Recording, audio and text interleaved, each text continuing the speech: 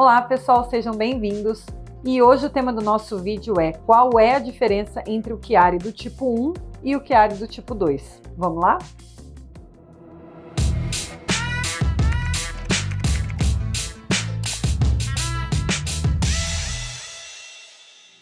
Então, o que é, na verdade, a malformação de Chiari? A malformação de Chiari ela é uma malformação congênita, ou seja, é uma condição que o bebê já nasce com essa doença, né? Seja o Chiari tipo 1 ou seja o Chiari tipo 2. E o que é essa malformação? Ela é uma malformação que acontece aqui nessa parte do crânio, a parte posterior, o terço posterior do crânio. Nessa região aqui do crânio, é onde existe o encontro do cérebro com a medula, ou seja, a medula ela vai sair da base do cérebro e vai passar por este buraco aqui que chama forame magno. Então nessa condição, o que acontece? Por causa dessa formação na parte posterior do crânio, existe uma propensão a que uma parte do tronco cerebral ou do cerebelo ocupem esse espaço que deveria ser ocupado apenas pela medula, que é esse buraco que eu acabei de falar, que é o forame magno. Então nessa malformação, o que vai acontecer? Normalmente a gente não tem nem cerebelo, nem tronco cerebral descendo por esse forame, né? E aí quando a gente tem o Chiari,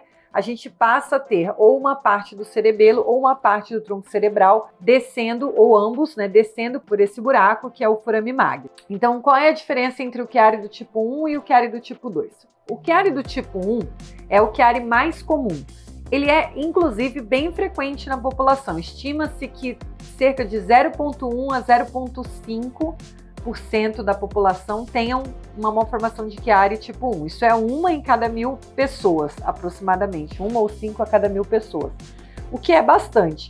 E hoje em dia, com o avanço dos exames de imagem, de tomografia, ressonância, e está ficando cada vez mais frequente, às vezes as pessoas fazerem esses exames por outros motivos, está ficando cada vez mais frequente esse diagnóstico. Então é bem comum a gente, como neurocirurgião, receber esse tipo de diagnóstico no nosso consultório, esse tipo de avaliação. Chiari do tipo 1, ele não costuma ser diagnosticado na infância, ele costuma ser diagnosticado entre a adolescência, adulto jovem ou até mais para frente, a não ser que às vezes quando a criança faz um exame por algum outro motivo, ela descobre o Chiari. Mas, em geral, ele não costuma apresentar sintomas antes da adolescência, quando ele apresenta. E, aliás, isso é muito importante, porque a maioria dos Chiaris são assintomáticos. E quando a gente tem, então, sintomas, esses sintomas geralmente estão relacionados à compressão da medula por essa área do cerebelo, que é o que vai escorregar pelo buraco, pelo forame magno, no caso do Chiari do tipo 1. Então, no Chiari do tipo 1, esses sintomas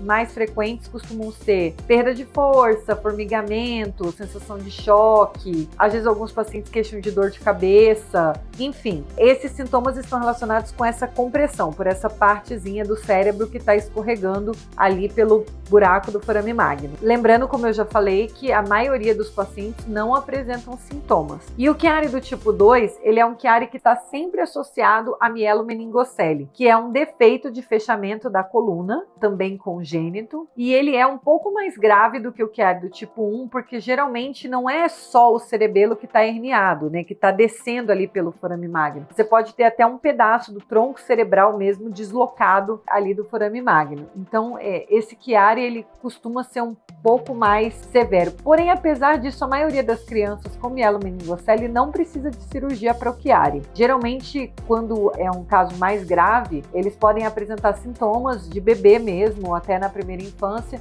e eles estão mais relacionados com apneia, distúrbios de deglutição, costumam ser os primeiros sintomas, até porque eles não vão ter queixas de formigamento, dormência, porque, enfim, são bebês. A perda de força também pode acontecer, casos mais severos. E o que é importante que talvez esteja causando alguma dúvida em vocês? Bom, mas se isso não tem sintomas, né, e às vezes você descobre por um acaso, fazendo um exame por algum outro motivo, esses Chiaris precisam operar, todos eles precisam operar, precisam fazer cirurgia? Esse é o tema do nosso próximo vídeo. Então, se você gostou desse conteúdo, continue acompanhando aqui o canal, se inscreva para receber as notificações e para dar um apoio também para que a gente possa continuar produzindo vídeos como esse. Até a próxima!